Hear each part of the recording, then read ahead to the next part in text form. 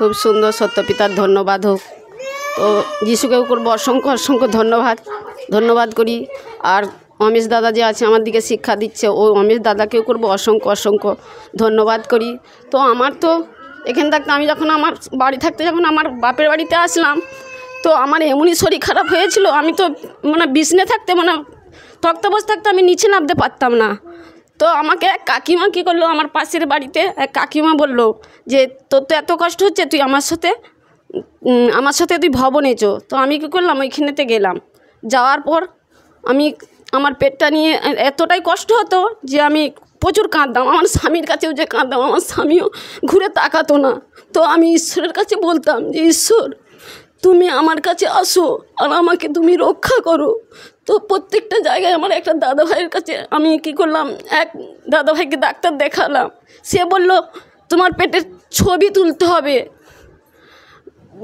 প্রত্যেকটা ভাই বোনকে তখন আমি বলতে লাগলাম যে আমার যে কি কষ্ট হচ্ছে, আমি কোথায় গেলে আমি পাবো। তখন এই কাকিমার কাছে গেলাম। আমার মা তখন বললো তোর ওই কাকিমা যাচ্ছে ভবনে, তুই জানা। মা আমি কোথায় পাবো টাকা পয়সা? তখন আমার মা বললো। তখন আমি কী করলাম, ওই কাকিমার সাথে আমি ওই ভবনে গেলাম। গিয়ে তো আমার তো প্রচুর তো কষ্ট হচ্ছে, ঈশ্বরকে আমি ডাকছি আর ঈশ্বরের কাছে আছি। তো ঈশ্বরকে প্রার্থনা করছি, ঈশ্বর আমাকে তুমি সুন্দর করো। তখন কী করলাম না, পেটের ছবি ডাক্তার দেখিয়ে আমাকে পেটের ছবি তোলালো। তখন আমি পেটের ছবি যখন তুললাম, আমার তো রিপোর্টে কিছুই ধরা পড়লো না।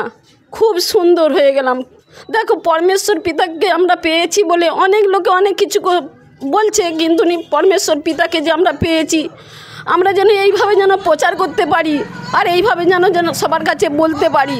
পরমেশ্বর পিতার কাছে যেন সবাই যেন খুলে খুলে যেন আমরা বলতে পারি। তো খুব সুন্দর পিতা আমাদের কাছে সঙ্গে সাথী থেকে, তো পিতা খুব সুন্দর রেখেছে আমাকে। তো আমারও জীবনের কাহিনীটা বললাম, তো আমারও জীবনের কাহিনী আরও কিছু বলতে চাই। তো আমার স্বামীকেও মনোনীত যেন করতে পারে আর আমার ছেলে আর বৌমাকেও যেন মনোনীত করতে পারে। প্রভুর কাছে আমি এসেছি, এই একাই এসেছি, কিন্তু না এখানেই পরে আরে আমার সাথে পরমেশ্বর পিতা আছে।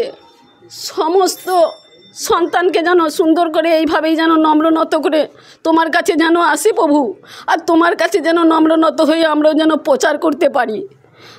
তো খুব আমার জীবনে প্রচুর কষ্ট আছে।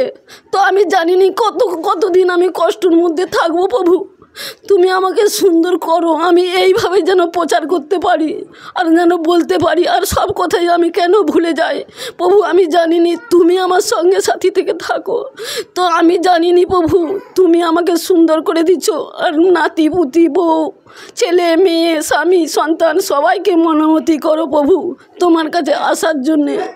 যে আমি যে এসেছি ওরা কেউ মনোমতি নয় প্রভু, তুমি ওর দিকে মনোমতি করাও যেন তোমার কাছে এসে বসতে পারে, আর সবার কাছে যেন ওরাও খুলে খুলে বলতে পারে যে হ্যাঁ আমার বাড়িতে আমার মা গেছিল, আমরাও এসেছি। এইভাবে যেন প্রভু তোমার কাছে বলতে পারে। তো প্রভু খুব সুন্দর। তো এতটাই বললাম। পিতাকে করবো অসংখ্য অসংখ্য ধন্যবাদ, আর যিশু গুরুকেও করবো অসংখ্য অসংখ্য ধন্যবাদ। তো এতটাই অসংখ্য অসংখ্য ধন্যবাদ করি যিশুর নামে। আমি